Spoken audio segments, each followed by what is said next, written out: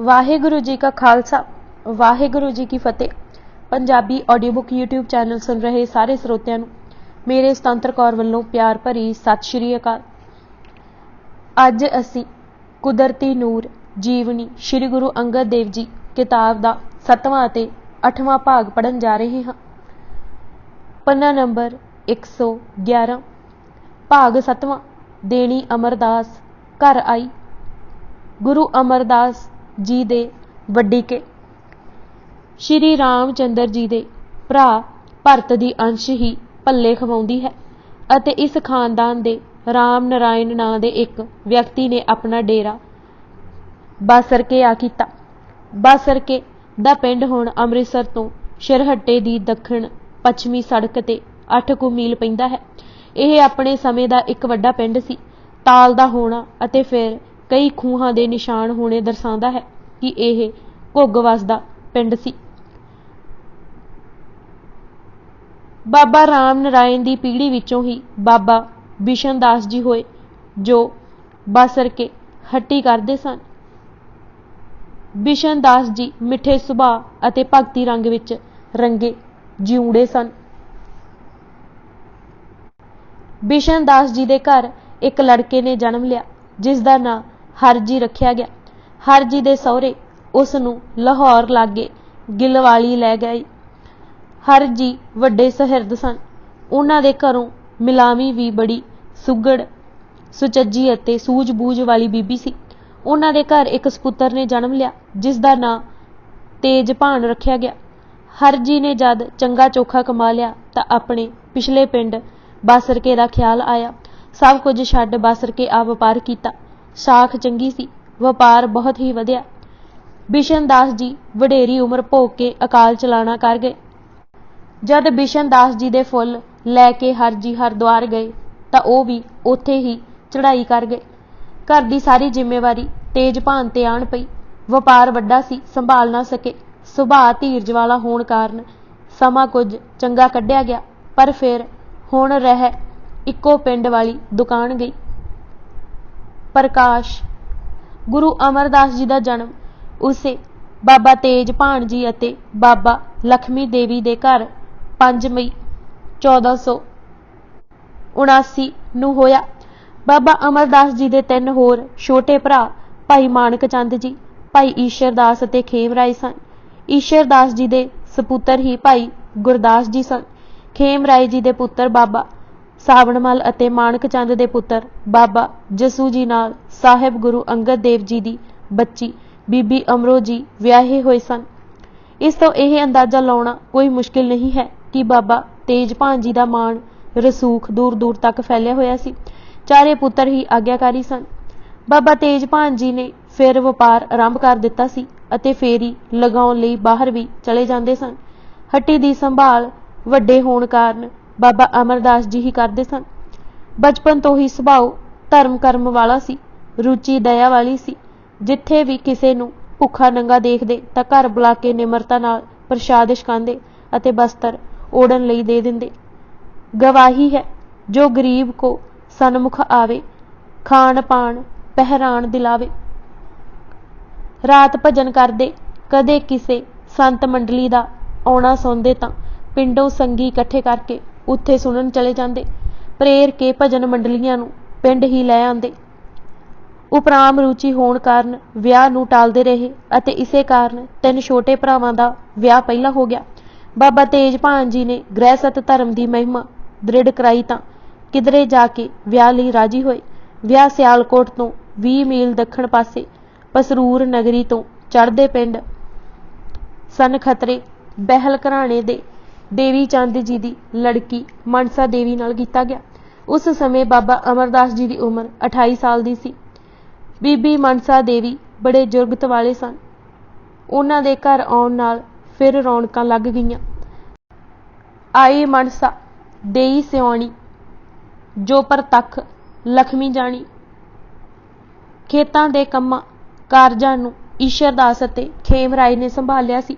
हट्टी ते वपार तेजभान जी की निगरानी हेठ गुरु अमरदास जी अते भाई मानक चंद जी चलाउंदे सन। 40 साल की उम्र विच जाके आप जी दे घर ਨਿਤਾਣੀ ਦਾ ਜਨਮ ਹੋਇਆ, ਜਿਨ੍ਹਾਂ ਨੂੰ ਸਿੱਖ ਇਤਿਹਾਸ ਵਿੱਚ ਦਾਨੀ ਕਰਕੇ ਜਾਣਿਆ ਜਾਂਦਾ ਹੈ। ਮੋਹਨ ਜੀ, ਮੋਰੀ ਜੀ 2 ਪੁੱਤਰ ਹੋਏ ਅਤੇ ਚੌਥੀ ਬੇਟੀ ਬੀਬੀ ਭਾਨੀ ਜੀ ਸੀ। ਹਰ 6ਵੇਂ ਮਹੀਨੇ ਤੀਰਥਾਂ ਤੇ 50 ਸਾਲ ਦੇ ਹੋਏ ਤਾਂ ਇਹ ਸੰਕਲਪ ਕੀਤਾ ਕਿ ਸਾਰੀ ਉਮਰ ਘਰ ਦੇ ਕੰਮਾਂ ਕਾਜਾਂ ਵਿੱਚ ਗੁਜ਼ਾਰ ਦਿੱਤੀ ਹੈ, ਹੁਣ ਅੱਗਾ ਵੀ ਸਵਾਰਨਾ ਚਾਹੀਦਾ ਹੈ। ਹਰ 6ਵੇਂ ਮਹੀਨੇ ਗੰਗਾ ਜਾਣ ਦਾ ਮਨ ਬਣਾ ਲਿਆ। ਗੰਗਾ ਸੇਵਕ ਬਹੁ ਮਨ ਕਰਾਂ, ਬਰਖ ਮਹਾ ਯਾਤਰਾ ਦੋਏ ਧਰਾਂ। ਕੱਤਕ ਦੀ ਪੂਰਨਮਾਸ਼ੀ ਅਤੇ ਵਿਸਾਖੀ ਨੂੰ ਹਰਿਦੁਆਰ ਪੁੱਜਦੇ, ਗੰਗਾ ਜਾ ਤਪ ਕਰਦੇ। ਕੋਈ ਸੰਸਾਰਿਕ ਇੱਛਾ ਨਹੀਂ ਸੀ। ਪਿਤਾ ਤੇਜਭਾਨ ਜੀ ਦੇ ਗੁਜ਼ਰ ਜਾਣ ਤੇ ਜਦ ਫੁੱਲ ਲੈ ਕੇ ਹਰਿਦੁਆਰ ਜਾ ਰਹੇ ਸਨ ਤਾਂ ਮੁੜਦੀ ਵਾਰੀ ਇੱਕ ਉਦਾਸੀ, ਜਿਸ ਦਾ ਨਾਂ ਬੰਸਾਵਲੀ ਨਾਮੇ ਨੇ ਹਰੀ ਲਿਖਿਆ ਹੈ, ਮੇਲ ਹੋਇਆ। ਪਿਤਾ ਜੀ ਦੇ ਅਚਾਨਕ ਚਲਾਣੇ ਕਾਰਨ ਮਨ ਦਰੇਵਿਆ ਹੋਇਆ ਸੀ। ਘਰ ਦੀ ਜ਼ਿੰਮੇਵਾਰੀ ਵੀ ਵੱਡੀ ਸੀ। ਰਾਹ ਵਿੱਚ ਹੀ ਹਰੀ ਕੋਲੋਂ ਗੁਰੂ ਨਾਨਕ ਦੇਵ ਜੀ ਦੀ ਬਾਣੀ ਸੁਣ ਕੇ ਮਨ ਕੀਲਿਆ ਗਿਆ। ਇਹ ਵੀ ਚਾਅ ਉੱਠਿਆ ਕਿ ਜਿਸ ਦੀ ਬਾਣੀ ਇਤਨੀ ਮਨ ਟਿਕਾਂਦੀ ਅਤੇ ਖੀਵੀ ਕਰਨ ਵਾਲੀ ਹੈ, ਉਸ ਦਾ ਦੀਦਾਰ ਘਰੋਂ ਹੋ ਕੇ ਕਰਨ ਜਾਵਾਂਗੇ। ਪਰ ਘਰ ਗ੍ਰਹਿਸਤੀ ਦੀ ਐਸੀ ਫਾਹੀ ਪਈ ਕਿ ਕਰਤਾਰਪੁਰ ਨਾ ਜਾ ਸਕੇ। ਇੰਜ ਲੱਗਦਾ ਹੈ ਕਿ ਭਰਾਵਾਂ ਨੇ ਵੰਡ ਵੰਡਾਰਾ ਕਰਨ ਲਈ ਆਖਿਆ ਅਤੇ ਗ੍ਰਹਿਸਤ ਚਲਾਉਣ ਲਈ ਬਹੁਤਾ ਧਿਆਨ ਦੇਣਾ ਪਿਆ। ਬੰਸਾਵਲੀ ਨਾਮੇ ਦੇ ਸਾਰੇ ਸ਼ਬਦ ਹੀ ਪੜ੍ਹਨ ਵਾਲੇ ਹਨ। ਮਾਰਗ ਵਿੱਚ ਇੱਕ ਮਿਲਿਆ ਫਕੀਰ, ਹਰੀ ਨਾਮ ਜਿਸ ਦਾ ਸ਼੍ਰੀ ਚੰਦ ਗੁਰਪੀਰ। ਸੋ ਬਾਬੇ ਨਾਨਕ ਜੀ ਦੀ ਪੜ੍ਹੇ ਬਾਣੀ, ਅਮਰਦਾਸ ਜੀ ਦੀ ਸੁਣ ਕੇ ਬੁੱਧ ਵਿਕਾਣੀ। ਉੱਠੀ ਚਾਹ ਜੋ ਕਰੀਏ ਉਸ ਪੁਰਸ਼ ਦਾ ਦੀਦਾਰ, ਜਿਸ ਕੀਤਾ ਹੈ ਇਸ ਬਾਣੀ ਦਾ ਉਚਾਰ। ਡੇਰੇ ਵਿੱਚ ਆਏ ਘਰ ਗ੍ਰਹਿਸਤ ਵਿੱਚ ਗਲਤਾਨ, ਗ੍ਰਹਿਸਤ ਵਿੱਚ ਨਿਕਲਣਾ ਔਖਾ ਜਾਣ। 20ਵੀਂ ਵਾਰ ਗੰਗਾ ਤੋਂ ਹੋ ਕੇ ਬਾਬਾ ਅਮਰਦਾਸ ਜੀ ਮੁੜ ਰਹੇ ਸਨ ਕਿ ਦੁਰਗਾ ਪੰਡਤ ਨੇ ਪੈਰਾਂ ਵਿੱਚ ਪਦਮ ਦਾ ਨਿਸ਼ਾਨ ਦੇਖ ਕੇ ਕਿਹਾ ਕਿ ਤੁਸੀਂ ਚੱਕਰਵਰਤੀ ਰਾਜੇ ਜਾਂ ਪ੍ਰਿਥਵੀ ਨੂੰ ਸਹਾਰਾ ਦੇਣ ਵਾਲੇ ਹੋਵੋਗੇ। ਭੱਟਾਂ ਨੇ ਆਪ ਜੀ ਦੇ ਦਾਹਿਨੇ ਹੱਥ ਵੀ ਕਮਲ ਹੋਣ ਦਾ ਸੰਕੇਤ ਗੁਰਬਾਣੀ ਵਿੱਚ ਦਿੱਤਾ ਹੈ। ਅਗਲੇ ਸਾਲ ਇੱਕ ਬ੍ਰਹਮਚਾਰੀ ਦਾ ਸੰਗ ਮਿਲ ਗਿਆ। ਬ੍ਰਹਮਚਾਰੀ ਇਹਨਾਂ ਦੀ ਰਹਿਣੀ ਬਹਿਣੀ ਤੋਂ ਇਤਨਾ ਪ੍ਰਭਾਵਿਤ ਹੋਇਆ ਅਤੇ ਪੁੱਛ ਬੈਠਾ ਕਿ ਤੁਹਾਡਾ ਗੁਰੂ ਕੌਣ ਹੈ ਅਤੇ ਕਿਸ ਦੇ ਚੇਲੇ ਹੋ। ਬਾਬਾ ਅਮਰਦਾਸ ਜੀ ਨੇ ਸਹਿਜੇ ਹੀ ਕਿਹਾ ਕਿ ਮੈਂ ਅਬ ਲਗ ਗੁਰ ਖੋਜਤ ਰਹਾ। ਅਜੇ ਇਤਨਾ ਕਿਹਾ ਹੀ ਸੀ ਕਿ ਬ੍ਰਹਮਚਾਰੀ ਉੱਚਾ ਉੱਚਾ ਬੋਲਦਾ, ਨੀ ਗੁਰੇ ਕਾ ਸੰਗ ਜਨਮ ਗਿਆ ਤੇਰਾ, ਕਿਸਕਾ ਸੰਗ ਕੀਆ ਰੇ ਮਨ ਮੂਰਖ। ਦੂਰ ਚਲਾ ਗਿਆ।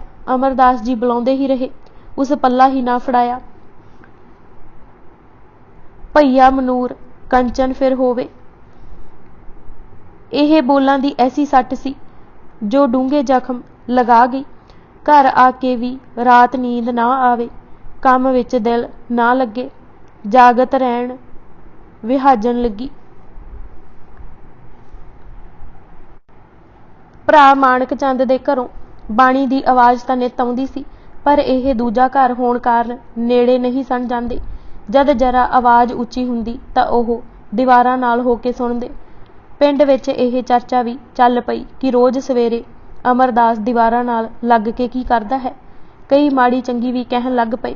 ਇਹ ਕਿਤਨੇ ਦਿਨ ਹੁੰਦਾ ਰਿਹਾ। ਇੱਕ ਦਿਨ ਜਦ ਕੋਈ ਆਵਾਜ਼ ਸੁਣਾਈ ਨਾ ਦਿੱਤੀ ਤਾਂ ਆਪ ਜੀ ਨੇ ਭਰਜਾਈ ਭਾਗੋ ਜੀ ਨੂੰ ਕਿਹਾ ਕਿ ਕੀ ਕਾਰਨ ਹੈ ਕਿ ਅੱਜ ਆਵਾਜ਼ ਨਹੀਂ ਆ ਰਹੀ। ਬੀਬੀ ਭਾਗੋ ਅੱਗੇ ਹੀ ਕਹਿਣਾ ਚਾਹੁੰਦੀ ਸੀ ਕਿ ਇਸ ਤਰ੍ਹਾਂ ਛੁਪ ਕੇ ਸੁਣਨਾ ਸ਼ੋਭਾ ਨਹੀਂ ਦਿੰਦਾ। ਬੀਬੀ ਅਮਰੋ ਜੀ ਪੇਕੇ ਚਲੇ ਗਏ ਹਨ ਅਤੇ ਜੇ ਤੈਨੂੰ ਸੁਣਨ ਦਾ ਇਤਨਾ ਚਾਅ ਹੈ ਤਾਂ ਉੱਥੇ ਖਡੂਰ ਹੀ ਜਾ, ਭਾਵੇਂ ਸੁਣ ਤੇ ਭਾਵੇਂ ਸਿੱਖ। ਬਾਬਾ ਅਮਰਦਾਸ ਜੀ ਨੇ ਬੇਨਤੀ ਰੂਪ ਵਿੱਚ ਕਿਹਾ ਕਿ ਹੁਣ ਜਦ ਬੀਬੀ ਅਮਰੋ ਜੀ ਆਉਣ ਤਾਂ ਉਹਨਾਂ ਨੂੰ ਕਹਿਣਾ ਅਹਿਸਾਨ ਕਰਕੇ ਉੱਥੇ ਖਡੂਰ ਨਾਲ ਲੈ ਜਾਣ। ਕੁਝ ਦਿਨਾਂ ਬਾਅਦ ਬੀਬੀ ਅਮਰੋ ਜੀ ਪਰਤ ਆਈ। ਬਣੇ ਸੁਭਾਅ ਅਨੁਸਾਰ ਜਦ ਬੀਬੀ ਜੀ ਨੇ ਜਪਜੀ ਦੇ ਪਾਠ ਉਪਰੰਤ ਉੱਚੀ ਆਵਾਜ਼ ਵਿੱਚ ਸ਼ਬਦ ਪੜ੍ਹਿਆ ਤਾਂ ਬਾਬਾ ਅਮਰਦਾਸ ਜੀ ਅੱਬੜਵਾਹੇ ਹੀ ਉੱਠ ਬੈਠੇ, ਧਿਆਨ ਨਾਲ ਸੁਣਨ ਲੱਗੇ। ਕਰਨੀ ਕਾਗਦ ਮਨ ਮਸਵਾਣੀ, ਬੁਰਾ ਭਲਾ ਦੋਏ ਲੇਖ ਪਏ ਵਾਲਾ ਸ਼ਬਦ ਸੀ। ਜੋ ਸ਼ਬਦ ਵਿੱਚ ਦਰਸਾਇਆ ਗਿਆ ਸੀ ਉਹ ਹੀ ਬਾਬਾ ਅਮਰਦਾਸ ਜੀ ਦੇ ਮਨ ਦੀ ਦਸ਼ਾ ਸੀ। ਸ਼ਬਦ ਦਾ ਭਾਵ ਸੀ, ਦਿਨ ਅਤੇ ਰਾਤ ਜਾਲ ਹਨ, ਉਡਾਰੂ ਮਨੁੱਖ, ਜਿਤਨੀਆਂ ਘੜੀਆਂ ਲੰਘ ਰਹੀਆਂ ਹਨ ਤੂੰ ਵਿਅਰਥ ਗਵਾ ਰਿਹਾ ਹੈ। ਕਦੇ ਸੋਚਿਆ ਹੀ कि इन्हां करड़े जालां विचों निकलेगा किवें। साडे अमलां दे कागज ते दो तरह के लेख हैं, भले अते बुरे। ਜਿਹੜੇ ਲੇਖ ਬਹੁਤੇ ਹੁੰਦੇ ਹਨ, ਮਨੁੱਖ ਉਸ ਪਾਸੇ ਵੱਲ ਟੁਰਿਆ ਜਾ ਰਿਹਾ ਹੈ। ਉਹ ਮਨਾ ਤੂੰ ਸੰਸਾਰ ਤੇ ਆਇਆ ਤਾਂ ਇਸ ਲਈ ਹੈ ਕਿ ਉਸ ਮਾਲਕ ਨੂੰ ਯਾਦ ਕਰੇ, ਪਰ ਤੂੰ ਉਸ ਦੀਨ ਦੁਨੀ ਦੇ ਮਾਲਕ ਨੂੰ ਵਿਸਾਰ ਬੈਠਾ ਹੈ। ਜੀਵਨ ਤਾਂ ਹੀ ਸਫਲ ਹੋਵੇਗਾ ਜੇ ਉਸ ਨੂੰ ਯਾਦ ਕਰੇਗਾ। ਸਰੀਰ ਦੀ ਭੱਠੀ ਵਿੱਚ ਮਨ ਲੋਹੇ ਨੂੰ ਪਾਪਾਂ ਦੇ ਕੋਲਿਆਂ ਦਾ ਢੇਰ ਲੱਗਾ ਹੋਇਆ ਹੈ। ਕਾਮ, ਕ੍ਰੋਧ ਅਤੇ ਲਾਲਚ ਦੀਆਂ ਲਾਟਾਂ ਨਿਕਲ ਰਹੀਆਂ ਹਨ। ਮਨ ਸੜ ਗਿਆ ਹੈ। ਜੀਵ ਚਿੰਤਾ ਦੀ ਸੰਨੀ ਨਾਲ ਮਨ ਨੂੰ ਚੁੱਕ ਚੁੱਕ ਕੇ ਹੋਰ ਪਰੇਸ਼ਾਨ ਕਰ ਰਿਹਾ ਹੈ। ਭਾਵੇਂ ਮਨੁੱਖ ਦੇ ਮਨ ਦੀ ਅਜਿਹੀ ਦਸ਼ਾ ਹੋ ਗਈ ਹੋਵੇ, ਪਰ ਜੇ ਪਾਰਸ ਗੁਰੂ ਮਿਲ ਜਾਵੇ, ਜੀਵ ਫਿਰ ਸੋਨਾ ਹੋ ਸਕਦਾ ਹੈ। ਨਾਮ ਦੀ ਬੂਟੀ ਵਿੱਚ ਬਹੁਤ ਤਾਕਤ ਹੈ। ਕਾਇਆ ਆਣ ਮਨ ਵਿੱਚ ਲੋਹਾ, ਪੰਚ ਅਗਨ ਤਿਤ ਲੱਗ ਰਹੀ। ਕੋਇਲੇ ਪਾਪ ਪੜੇ ਤਿਸ ਉਪਰ, ਮਨ ਜਲਿਆ ਸੰਨੀ ਚਿੰਤ ਪਈ। ਭਇਆ ਮਨੂਰ ਕੰਚਨ ਫਿਰ ਹੋਵੇ, ਜੇ ਗੁਰੂ ਮਿਲੇ ਤਨੇਹਾ। ਏਕ ਨਾਮ ਅੰਮ੍ਰਿਤ ਉਹ ਦੇਵੇ, ਤਿਉ ਨਾਨਕ ਤ੍ਰਿਸ਼ਟ ਦੇਹਾ। ਇਹ ਸ਼ਬਦ ਕੀ ਸੀ? ਮਾਨੋ ਚਾਤ੍ਰਿਕ ਨੂੰ ਸਵਾਂਤ ਬੂੰਦ ਮਿਲ ਗਈ ਹੋਵੇ। ਬੀਬੀ ਅਮਰੋ ਜੀ ਬਾਰੇ ਸਾਡੇ ਇਤਿਹਾਸ ਵਿੱਚ ਲਿਖਿਆ ਹੈ ਕਿ ਜਿਵੇਂ ਭਗਤੀ ਆਪਣਾ ਸਰੀਰ ਧਾਰ ਕੇ ਗੁਰੂ ਅੰਗਦ ਦੇਵ ਜੀ ਦੇ ਘਰ ਜਨਮੀ ਹੋਵੇ। ਇੱਕ ਗੁਰਪੁੱਤਰੀ, ਦੂਜੇ ਗੁਰਬਾਣੀ, ਤੀਜੇ ਅੰਮ੍ਰਿਤ ਵੇਲਾ, ਚੌਥੇ ਸੁਣਨ ਵਾਲੇ ਦੀ ਸ਼ਰਧਾ ਅਤੇ ਪੰਜਵੇਂ ਬੀਬੀ ਅਮਰੋ ਦਾ ਮਧੁਰ ਕੰਠ। ਬਾਣੀ ਬਾਬਾ ਅਮਰਦਾਸ ਜੀ ਦਾ ਹਿਰਦਾ ਵਿੰਨ੍ਹਦੀ ਚਲੀ ਗਈ। ਉਸੇ ਓਲੇ ਵਿੱਚੋਂ ਹੀ ਅਮਰਦਾਸ ਜੀ ਨੇ ਕਿਹਾ, ਬੇਟੀ ਮੈਂ ਮੋਇਆ ਹੋਇਆ ਸਾਂ। ਇਹ ਅੰਮ੍ਰਿਤ ਬਾਣੀ ਮੁੱਖ ਪੈਣ ਨਾਲ ਹੀ ਜੀ ਉੱਠਿਆ ਹਾਂ। ਮੇਰੀ ਹਾਲਤ ਉਹ ਹੀ ਹੈ ਜੋ ਸ਼ਬਦ ਵਿੱਚ ਦੱਸੀ ਹੈ। ਹੁਣ ਮੈਨੂੰ ਉੱਥੇ ਹੀ ਲੈ ਚੱਲ ਜਿੱਥੋਂ ਇਹ ਬਾਣੀ ਆਈ ਹੈ। ਇੱਕ ਵਾਰੀ ਫੇਰ ਉਹ ਹੀ ਸ਼ਬਦ ਸੁਣਾ। ਬੀਬੀ ਜੀ ਇਹ ਆਵਾਜ਼ ਸੁਣ ਕੇ ਰਤਾ ਕੁ ਸੰਕੋਚ ਵਿੱਚ ਆਏ, ਪਰ ਸੱਸ ਭਾਗੋ ਜੀ ਨੇ ਕਿਹਾ, ਬੱਚੀਏ ਪੜ੍ਹਨ ਤੋਂ ਸ਼ਰਮ ਨਹੀਂ ਕਰੀਦੀ। ਇਹ ਸੁਣਾਉਣਾ ਤਾਂ ਸਗੋਂ ਪੁੰਨ ਹੁੰਦਾ ਹੈ। ਸ਼ਬਦ ਬੋਲਦਿਆਂ ਕਹੀ ਸ਼ਰਮ। ਬੀਬੀ ਭਾਗੋ ਜੀ ਨੇ ਵੀ ਇਹ ਹੀ ਕਿਹਾ ਕਿ ਇਹਨਾਂ ਨਾਲ ਭਲਕੇ ਹੀ ਖਡੂਰ ਸਾਹਿਬ ਜਾਓ। ਇਹ ਕਈ ਦਿਨਾਂ ਦੇ ਉਡੀਕ ਰਹੇ ਹਨ। ਬੀਬੀ ਅਮਰੋ ਜੀ ਖਡੂਰ ਸਾਹਿਬ ਬਾਬਾ ਅਮਰਦਾਸ ਜੀ ਨਾਲ ਪੁੱਜੇ। ਪਹਿਲਾਂ ਆਪ ਗੁਰੂ ਅੰਗਦ ਦੇਵ ਜੀ ਪਾਸ ਗਏ ਅਤੇ ਆਉਣ ਦਾ ਕਾਰਨ ਦੱਸਣ ਹੀ ਲੱਗੇ ਸਨ ਕਿ ਅੰਤਰਜਾਮੀ ਗੁਰੂ ਜੀ ਨੇ ਕਿਹਾ, ਕੋਈ ਗੱਲ ਨਹੀਂ, ਜਿਸ ਸੰਗ ਆਏ ਹੋ ਉਸ ਨੂੰ ਨਾਲ ਅੰਦਰ ਕਿਉਂ ਨਹੀਂ ਲੈ ਕੇ ਆਏ। ਇਤਨਾ ਕਹਿ ਕੇ ਗੁਰੂ ਅੰਗਦ ਦੇਵ ਜੀ ਨੇ ਆਪੂ ਲੈਣ ਲਈ ਬਾਹਰ ਆਏ। ਕੁੜਮਾ ਵਾਲਾ ਆਦਰ ਦੇਣ ਹੀ ਲੱਗੇ ਸਨ ਕਿ ਬਾਬਾ ਅਮਰਦਾਸ ਜੀ ਨੇ ਚਰਨ ਪਕੜ ਲਏ ਅਤੇ ਕਿਹਾ, ਮੈਨੂੰ ਦਾਸ ਹੀ ਜਾਣੋ, ਅਤੇ ਆਪਣਾ ਸੀਸ ਗੁਰੂ ਅੰਗਦ ਦੇਵ ਜੀ ਦੇ ਚਰਨਾਂ ਤੇ ਰੱਖ ਦਿੱਤਾ। ਸਮਾਂ ਲੰਗਰ ਪਾਉਣ ਦਾ ਹੋ ਹੀ ਗਿਆ ਸੀ। ਆਪ ਜੀ ਨੇ ਬਾਬਾ ਅਮਰਦਾਸ ਜੀ ਨੂੰ ਨਾਲ ਲੈ ਕੇ ਲੰਗਰ ਆਏ। ਉੱਥੇ ਦਾਲ ਭਾਂਤ ਨਾਲ ਮਾਸ ਦਾ ਵਰਤਾਰਾ ਦੇਖ ਕੇ ਮਨ ਸੰਕੋਚ ਵਿੱਚ ਆਇਆ ਹੀ ਸੀ ਕਿ ਗੁਰੂ ਅੰਗਦ ਦੇਵ ਜੀ ਨੇ ਰਸੋਈਏ ਨੂੰ ਕੋਲ ਬੁਲਾ ਕੇ ਕਿਹਾ ਕਿ ਇਹਨਾਂ ਨਵੇਂ ਆਏ ਪ੍ਰਾਹੁਣਿਆਂ ਅੱਗੇ ਦਾਲ ਭਾਂਤ ਹੀ ਰੱਖਣਾ, ਮਾਸ ਨਾ ਦੇਣਾ, ਕਿਉਂਕਿ ਇਹਨਾਂ ਮਾਸ ਨਾ ਖਾਣਾ ਧਰਮ ਬਣਾਇਆ ਹੋਇਆ ਹੈ। ਜਦ ਬਾਬਾ ਅਮਰਦਾਸ ਜੀ ਪ੍ਰਸ਼ਾਦ ਪਾਉਣ ਲੱਗੇ ਤਾਂ ਖਿਆਲ ਉਪਜਿਆ, ਇਹ ਤਾਂ ਚੰਗਾ ਨਹੀਂ ਕੀਤਾ। ਆਏ ਤਾਂ ਉਹ ਗੁਰੂ ਚਰਨਾਂ ਵਿੱਚ ਸਮਾਉਣ ਹਿੱਤ ਅਤੇ ਆਰੰਭ ਵਿੱਚ ਹੀ ਸ਼ੰਕਾ ਕਰ ਬੈਠੇ। ਗੁਰੂ ਅੰਗਦ ਦੇਵ ਜੀ ਉਹਨਾਂ ਦੀਆਂ ਮਨ ਤਰੰਗਾਂ ਪੜ੍ਹ ਰਹੇ ਸਨ।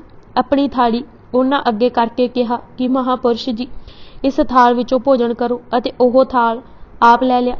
ਪ੍ਰਸ਼ਾਦ ਪਾਉਂਦੇ ਹੀ ਭਈ ਸ਼ਾਂਤ ਦੁਬਿਧਾ ਨਸੀ, ਮਨ ਤਹਾਂ ਟਿਕਾਣਾ। ਪਹਿਲੀ ਖਾਈ ਬਾਬਾ ਅਮਰਦਾਸ ਜੀ ਟੱਪ ਗਏ। ਘਾਲ ਕਮਾਈ ਸੇਵਾ ਅਦਬ, ਜਿਸ ਨੂੰ ਆਪੂ ਗੁਰੂ ਅਮਰਦਾਸ ਜੀ ਨੇ ਗੁਰਬਾਣੀ ਵਿੱਚ ਖੰਨ੍ਹੈ ਤਿੱਖੀ ਵਾਲਹੁ ਨਿੱਕੀ ਵਾਲਾ ਮਾਰਗ ਕਿਹਾ ਹੈ, ਉਸੇ ਤੇ ਉਹਨਾਂ ਤੁਰਨ ਦਾ ਦ੍ਰਿੜ ਚਿੱਤ ਮਨ ਕਰ ਲਿਆ।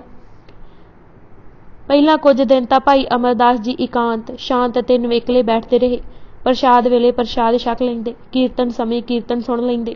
ਲੋਕੀ ਦੇਖ ਹੈਰਾਨ ਹੁੰਦੇ ਕਿ ਇਹ ਕਰਦੇ ਕਰਾਂਦੇ ਕੁਛ ਨਹੀਂ, ਕੁੜਮਾਂ ਦੇ ਡੇਰੇ ਆ ਗਏ। ਗੁਰੂ ਅੰਗਦ ਦੇਵ ਜੀ ਨੇ ਫਿਰ ਬਹੁਤੀ ਪੁੱਛਾ ਨਾ ਕੀਤੀ। ਬਾਬਾ ਅਮਰਦਾਸ ਜੀ ਨੇ ਡਿੱਠਾ कि जो भी इस दर आउंदा है ਉਹ ਆਪੇ ਹੀ ਸੇਵਾ ਵਿੱਚ ਜੁੜ ਜਾਂਦਾ ਹੈ। ਸੋ ਉਹਨਾਂ ਵੀ ਭਾਈ ਜੋਧ ਜੀ ਕੋਲੋਂ ਜਲ ਦੀ ਸੇਵਾ ਮੰਗੀ। ਜੋਧ ਜੀ ਨੇ ਕਿਹਾ ਵੀ ਕਿ ਬੜੀ ਕਠਿਨ ਸੇਵਾ ਹੈ, ਪਰ ਉਹਨਾਂ ਕਿਹਾ ਮੇਰੇ ਭਾਗ ਜੇ ਇਹ ਜਲ ਲਿਆਉਣ ਦੀ ਸੇਵਾ ਮਿਲ ਜਾਵੇ। ਆਪ ਜੀ ਅੰਮ੍ਰਿਤ ਵੇਲੇ ਉੱਠਦੇ, ਬਿਆਸਾ ਤੋਂ ਤਾਜ਼ਾ ਸਵੱਛ ਜਲ ਲੈ ਕੇ ਆਉਂਦੇ ਅਤੇ ਗੁਰੂ ਜੀ ਨੂੰ ਇਸ਼ਨਾਨ ਕਰਵਾਉਂਦੇ, ਬਸਤਰ ਧੋਂਦੇ ਅਤੇ ਕੀਰਤਨ ਸੁਣਨ ਚਲੇ ਜਾਂਦੇ। ਫਿਰ ਜੰਗਲ ਬੇਲਿਆਂ ਵਿੱਚੋਂ ਲੱਕੜ ਲਿਆਉਣ ਲਈ ਟੁਰ ਪੈਂਦੇ। ਲੰਗਰ ਛਕ ਕੇ ਆਰਾਮ ਪਏ ਕਰਦੇ, ਸਿੱਖਾਂ ਨੂੰ ਪੱਖਾ ਝੱਲਦੇ, ਮੁੱਠੀ ਚਾਪੀ ਵੀ ਕਰਦੇ। ਸਰੀਰ ਬੇਸ਼ੱਕ ਵਡੇਰਾ ਸੀ, ਪਰ ਰਤਾ ਭਰ ਉਤਸ਼ਾਹ ਅਤੇ ਚਾਅ ਨਾ ਟੁੱਟਦਾ। ਲੋਕੀ ਠੱਠਾ ਕਰਦੇ, ਪਰ ਸਗੋਂ ਇਹ ਹੋਰ ਨੀਵਾਂ ਹੋ ਆਦਰ ਨਾਲ ਸਭ ਨੂੰ ਬੁਲਾਉਂਦੇ। ਪਹਿਲਾ ਸਾਲ ਇਸੇ ਤਰ੍ਹਾਂ ਗੁਜ਼ਰ ਗਿਆ। ਜਦ ਸੰਗਤਾਂ ਨੇ ਡਿੱਠਾ ਕਿ ਭਰੀ ਸੰਗਤ ਵਿੱਚ ਗੁਰੂ ਅੰਗਦ ਦੇਵ ਜੀ ਨੇ ਸਰੋਪਾ ਦਿੱਤਾ ਹੈ, ਤਾਂ ਕੁਛ ਕੁ ਲੋਕਾਂ ਨੂੰ ਪਤਾ ਲੱਗਾ ਕਿ ਕਿਤਨੀ ਕਠਿਨ ਘਾਲ ਬਾਬਾ ਅਮਰਦਾਸ ਜੀ ਕਰ ਰਹੇ ਹਨ। ਭਰਾ ਭਰਜਾਈ ਅਤੇ ਪੁੱਤ ਘਰੋਂ ਲੈਣ ਵੀ ਆਏ, ਪਰ ਆਪ ਜੀ ਨੇ ਸਭ ਨੂੰ ਇਹ ਹੀ ਕਿਹਾ, ਮੇਰਾ ਹੁਣ ਕੋਈ ਘਰ ਨਹੀਂ। ਇਹ ਸਾਕ ਸੰਬੰਧੀ ਦਰਿਆ ਵਿੱਚ ਤੀਲਿਆਂ ਦੇ ਮੇਲ ਸੰਗ ਸਮਾਨ ਹਨ। ਬੇੜੀ ਦੇ ਪੂਰ ਵੇਲੇ ਸਭ ਇਕੱਠੇ ਹੁੰਦੇ ਹਨ, ਫਿਰ ਆਪਣੇ ਆਪ ਰਾਹ ਪੈ ਜਾਂਦੇ ਹਨ। ਅੰਤ ਨੂੰ ਜਦ ਇਕੱਲਿਆਂ ਟੁਰੇ, ਕਿਸੇ ਸਾਕ ਸੰਬੰਧੀ ਸਹਾਇਕ ਨਹੀਂ ਹੋਣਾ। ਬਰਾਦਰੀ ਵੀ ਗੁਰੂ ਅੰਗਦ ਦੇਵ ਜੀ ਪਾਸ ਆਈ ਕਿ ਬਾਬਾ ਜੀ ਨੂੰ ਘਰ ਭੇਜੋ, ਤਾਂ ਉਸ ਸਮੇਂ ਆਪ ਜੀ ਨੇ ਕਿਹਾ, ਫਿਰ ਲੋਕ ਕੁਝ ਨਹੀਂ ਜਾਣਦੇ, ਇਹਨਾਂ ਦੀਆਂ ਗੱਲਾਂ ਵੱਲ ਧਿਆਨ ਨਾ ਦੇਣਾ, ਚਰਨਾਂ ਨਾਲੋਂ ਨਾ ਵਿਛੋੜਨਾ। ਸੂਰਜ ਪ੍ਰਕਾਸ਼ ਨੇ ਹਰ ਸਾਲ ਦੀ ਸੇਵਾ ਉਪਰੰਤ ਬਾਬਾ ਅਮਰਦਾਸ ਜੀ ਵਿੱਚ ਆਈ ਤਬਦੀਲੀ ਦਾ ਜ਼ਿਕਰ ਕੀਤਾ ਹੈ। ਦੂਜੇ ਸਾਲ ਸੇਵਾ ਕਰਦੇ ਸੁੱਧ ਬੁੱਧ ਹੀ ਭੁੱਲ ਗਈ। ਤੀਜੇ ਸਾਲ ਬਰਤਨ ਸਾਫ਼ ਕਰਨ ਦੀ ਸੇਵਾ ਵੀ ਆਪਣੇ ਜਿੰਮੇ ਲੈ ਲਈ। ਚੌਥੇ ਸਾਲ ਅਦਬ ਦੀ ਇੰਤਹਾ ਦੱਸੀ। ਬਾਹਰ ਸੈਰ ਨੂੰ ਜਾਂਦਿਆਂ ਆਪ ਜੀ ਦਾ ਖੱਬਾ ਬਾਜੂ ਜਰਾ ਕੁ ਗੁਰੂ ਜੀ ਨਾਲੋਂ ਅੱਗੇ ਹੋ ਗਿਆ ਤਾਂ ਬੜੀ ਚਿੰਤਾ ਉਪਜੀ ਸੀ ਅਤੇ ਉਸ ਨੂੰ ਬੰਨ੍ਹ ਹੀ ਲਿਆ ਸੀ, ਪਰ ਗੁਰੂ ਜੀ ਨੇ ਸਮਝਾਇਆ, ਸੇਵਾ ਕਰਦਿਆਂ ਐਸਾ ਹੋ ਜਾਂਦਾ ਹੈ, ਪਰ ਅਦਬ ਦਿਲ ਹਿਰਦੇ ਦਾ ਹੈ। ਹੱਥ ਨੂੰ ਬੰਨ੍ਹ ਕੇ ਰੱਖਣ ਨਾਲ ਤਾਂ ਸੇਵਾ ਵਿੱਚ ਵਿਘਨ ਪਵੇਗਾ। ਪੰਜਵੇਂ ਸਾਲ ਇਤਨੇ ਨਿਮਰ ਹੋ ਗਏ ਕਿ ਹਿੰਮੇ ਦਾ ਅਭਾਵ ਹੋ ਗਿਆ। ਜਦ ਗੁਰੂ ਅੰਗਦ ਦੇਵ ਜੀ ਨੇ ਹੱਥੀਂ 7ਵਾਂ ਸਰੋਪਾ ਬਾਬਾ ਅਮਰਦਾਸ ਜੀ ਦੇ ਸਿਰ ਤੇ ਬੰਨ੍ਹਿਆ, ਤਾਂ ਉਹਨਾਂ ਮਹਿਸੂਸ ਕੀਤਾ ਕਿ ਇੱਕ ਕਰਾਮਾਤ ਦੀ ਸ਼ਕਤੀ ਉਹਨਾਂ ਵਿੱਚ ਉਪਜ ਪਈ ਹੈ। ਇਹ ਸਗੋਂ ਇੱਕ ਹੋਰ ਰੁਕਾਵਟ ਸੀ ਜਿਸ ਨੂੰ ਦੂਰ ਕਰਨਾ ਜ਼ਰੂਰੀ ਸੀ।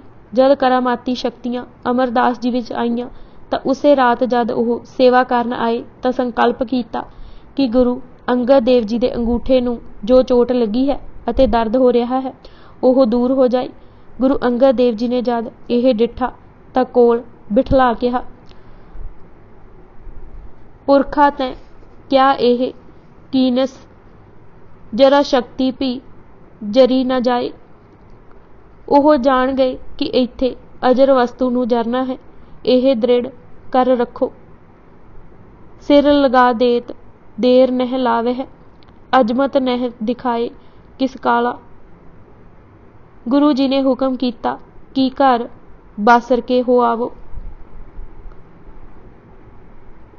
ਖਡੂਰ ਵਿਖੇ ਇੱਕ ਸ਼ਿਵਨਾਥ ਨਾਂ ਦਾ ਤਪਾ ਰਹਿੰਦਾ ਸੀ। ਉਸਨੇ ਪਿੰਡਾਂ ਵਿੱਚ ਆਪਣੇ ਪਖੰਡ ਅਤੇ ਮੰਤਰਾਂ ਦਾ ਜਾਲ ਪਾਇਆ ਹੋਇਆ ਸੀ। ਗੁਰੂ ਜੀ ਦੇ ਇੱਥੇ ਆ ਟਿਕਣ ਨਾਲ ਉਸ ਦਾ ਪ੍ਰਭਾਵ ਉੱਡ ਪੁੱਡ ਗਿਆ। ਹਰ ਆਏ ਨੂੰ ਮਾੜਾ ਬੋਲਦਾ ਅਤੇ ਗੁਰੂ ਘਰ ਦੀ ਨਿੰਦਿਆ ਕਰਦਾ ਰਹੇ। ਡਰ ਵੀ ਦੇਵੇ ਪਰ ਕੁਝ ਬਣੇ ਨਾ। ਕਰਨਾ ਕਰਤਾਰ ਦਾ। ਉਸ ਸਾਲ ਬਾਰਿਸ਼ ਨਾ ਹੋਈ, ਔੜ ਲੱਗ ਗਈ। ਗੁਰੂ ਜੀ ਧੀਰਜ ਰੱਖਣ ਅਤੇ ਪ੍ਰਭੂ ਦਾ ਸਹਾਰਾ ਰੱਖਣ ਦੀ ਹੀ ਪ੍ਰੇਰਨਾ ਕਰਦੇ ਰਹੇ। ਉਧਰ ਤਪੇ ਨੇ ਕਹਿਣਾ ਸ਼ੁਰੂ ਕਰ ਦਿੱਤਾ, ਹੋਰ ਪੁੱਜੋ ਇਸ ਗ੍ਰਹਿਸਤੀ ਨੂੰ, ਜੇ ਬਾਰਿਸ਼ ਚਾਹੁੰਦੇ ਹੋ ਤਾਂ ਉਸ ਨੂੰ ਪਿੰਡੋਂ ਕੱਢੋ। ਬਾਰਿਸ਼ ਲੋੜਦਿਆਂ ਪੇਂਡੂਆਂ ਨੇ ਗੁਰੂ ਜੀ ਨੂੰ ਸਾਰੀ ਵਾਰਤਾ ਦੱਸੀ। ਗੁਰੂ ਜੀ ਚੁੱਪ ਕਰਕੇ ਖਡੂਰ ਨੂੰ ਛੱਡ ਖਾਨ ਰਜਾਦਾ ਜੀ ਜੂ ਚਲੇ ਗਏ। ਹੁਣ ਪਿੰਡ ਵਾਸੀ ਤਪੇ ਦੇ ਗਿਰਦ ਹੋਏ ਕਿ ਬਾਰਿਸ਼ ਵਰਸਾ। ਉਸ ਕਿਹਾ ਕਿ ਮੁੱਠੀ ਮਹਿ ਵਰਖਾ ਨਹੀਂ ਰਾਖੀ।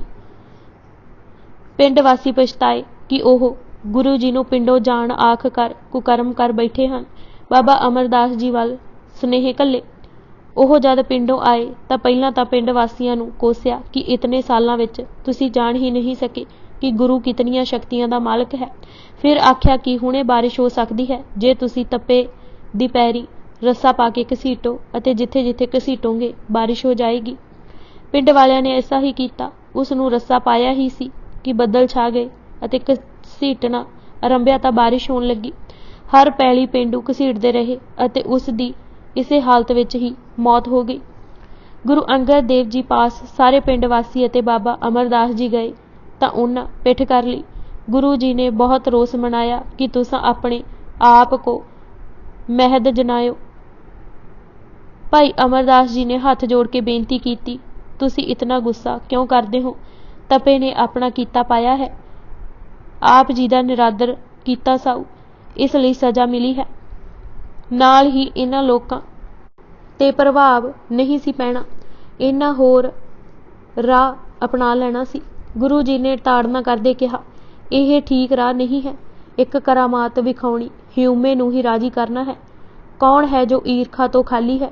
जे किसे दी अपनी मैं भुल्ले तां ओह बख्शनहार अते जे किसे होर दी मैं भुल जाए तां सज़ा। कैसा इंसाफ है? शांत रहण अते खिमा करन नाल ही ह्यूमे मरदी है।